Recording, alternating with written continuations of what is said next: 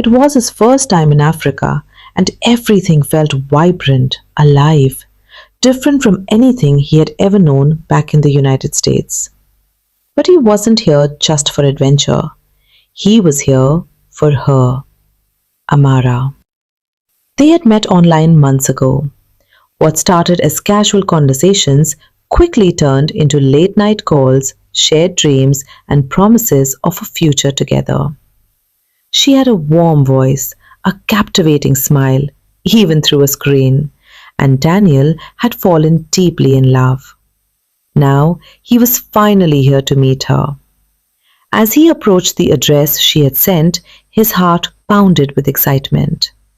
The gate creaked open slowly, and there she stood. Daniel, she said, smiling. He froze for a moment. She was even more beautiful in person. Amara, he whispered, stepping forward. They embraced. For a brief moment, everything felt perfect. The first few hours were magical. Amara showed him around, introduced him to the neighborhood, and cooked a meal that reminded him of home, even though it was entirely new. They laughed, shared stories, and for Daniel, it felt like destiny. But beneath Amara's smile, something else lingered, something hidden. That night, as Daniel slept in the guest room, Amara sat in the living room, her expression no longer soft. Her phone buzzed. "They're ready," a voice said from the other end. She paused for a second, glancing toward Daniel's room. "Make it quick," she replied. The door burst open sometime after midnight. Daniel woke up confused, disoriented, only to find himself surrounded by masked men. What's going on?" he shouted, struggling. But it was too late.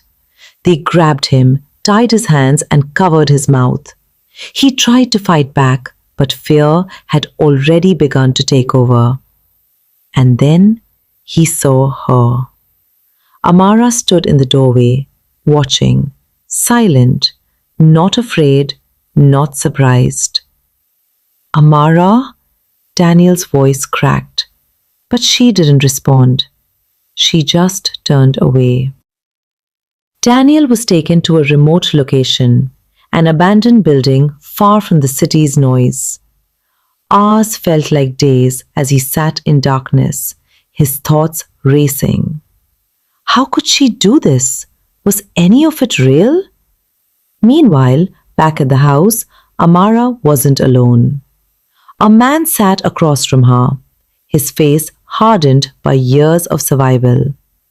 Her husband. "Yes," he said, counting money already taken from Daniel's belongings. "This one will pay well." In the corner of the room, a little girl sat quietly, watching cartoons, unaware of the weight of the world around her. Amara looked at her daughter, and then away. "You said this was the last one," she murmured. The man chuckled. "We say that every time." Days passed. Daniel was forced to call his bank, his family, anyone who could transfer money.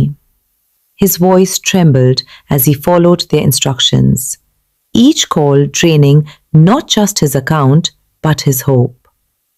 "I don't have anything left," he pleaded one night.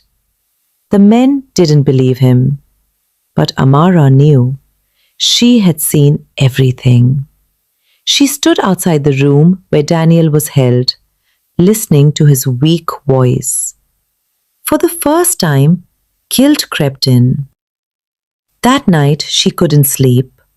She watched her daughter breathing softly, innocent, untouched by the darkness surrounding her life. "Is this what I want for her?" she whispered to herself. Memories flooded back of a time before desperation, before crime, before choices that couldn't be undone. And then she remembered Daniel, the way he smiled, the way he trusted her. The next morning, everything changed. Amara walked into the abandoned building, her steps firm, her face unreadable. The men looked up. "What are you doing here?" one asked. "We're done," she said. They laughed, but she didn't. She pulled out a small bag and dropped it on the table. "Take it. It's enough. Let him go." Her husband stepped forward, eyes narrowed. "You're getting soft." "No," she replied. "I'm getting out." Silence filled the room. For a moment, it seemed like things could go either way. Then 40, he sighed. "Fine," he said. But this, Sir Daniel was untied and pushed out into the open road. Weak, confused, alive. He turned back, expecting to see anger or cruelty. But instead, he saw Amara standing there, tears in her eyes. "I'm sorry," she said. He didn't respond. What could he say? Everything between them, real or fake, was shattered. Weeks later, Daniel sat on a plane, staring out the window as Africa disappeared beneath the clouds. He had lost money, trust, a part of himself. But he had also survived. Back in the city, Amara stood outside a small shop, holding her daughter's hand. For the first time in years, she had walked away. No lies, no schemes, just a chance to start again.